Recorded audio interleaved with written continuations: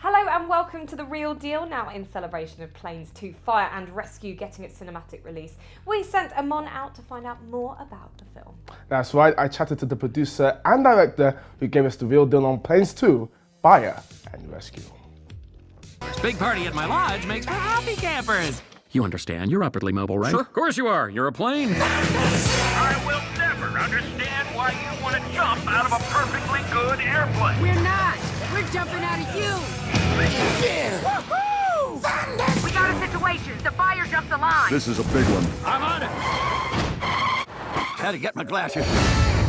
This movie is very different from the first one, so I'm curious to know, how did you decide on going into fire and rescue terrain? Right, well, first thing is we did want to do something different than the one. We did want to be derivative of the previous film.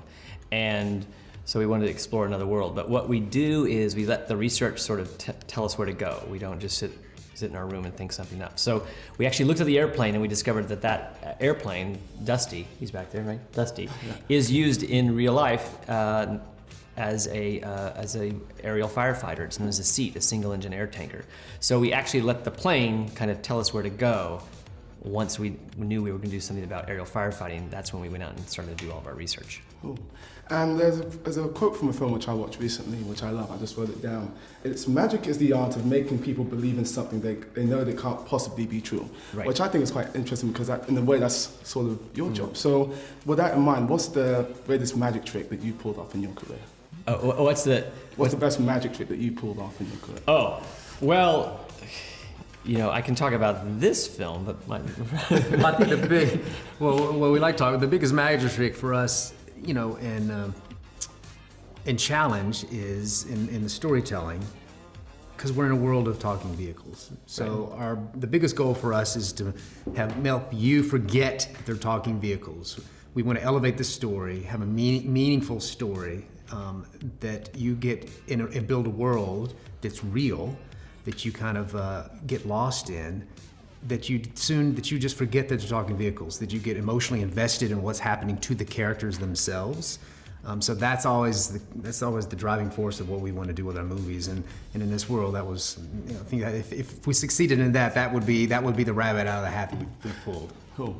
And one of this movie's themes is that of second chances, which we all need from time to time. Oh, yeah. So thinking back in your career, is there any project which you would like the second chance on? Or? A project we like to or anything that you like a second chance on? Wow. Well, I think you're right. I mean, second chances was a very important aspect of the movie for us, because we think it's important for kids to learn that, for adults to remember, because we all come up to those places in our lives where we feel like the door's closed and we want to find an opportunity to go through an open door. So it was an important aspect for us to change and to show. So yeah, I can't think of a project that I think all projects are unique in themselves. You learn from everything you've done, and we've learned from even this project, knowing that we take what we've learned, and for the next project that we do, we'll take the learnings from this one and move on, and hopefully we want to always elevate the stories. You know, we've from the first movie to this one, we've tried to elevate the storytelling, which we think we've done successfully, and then that would be the challenge for the next movie, is to again continue to elevate and just learn from what we've done. Creatively, you can always keep working on something, and there's a certain point where you have to sort of let go and you know, put it out there. So I think a second chance, I can go work on almost everything I've ever worked on and keep playing with it. But eventually, you have to sort of, you know, move on. The cast for this film is really great. You got Ed Harris, Julie Bowen, just to name a couple. If you could animate any one of their films, which one would you pick? Oh, animate one of their films. Wow. Is there any film which comes to mind? You know, I think Ed Harris is so awesome. Such a tough guy.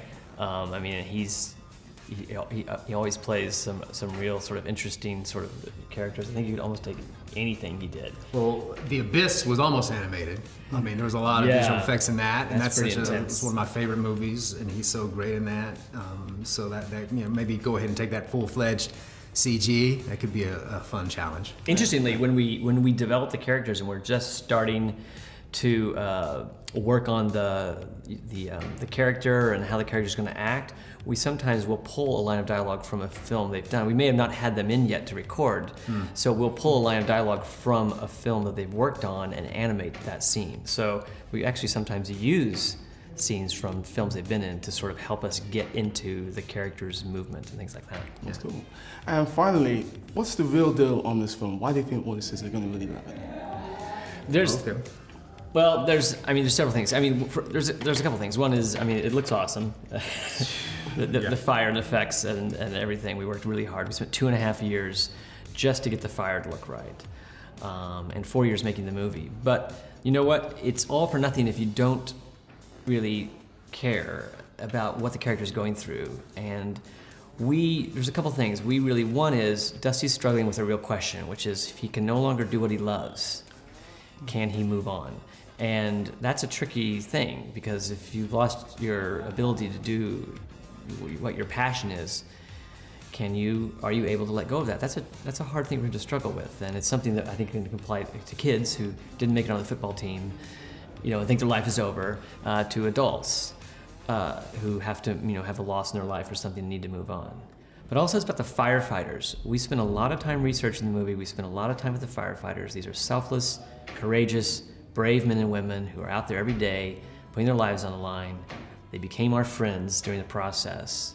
It was really important for us to show their world, accurately. It's not a documentary, but sort of show it so that it would be a movie they're proud of as well.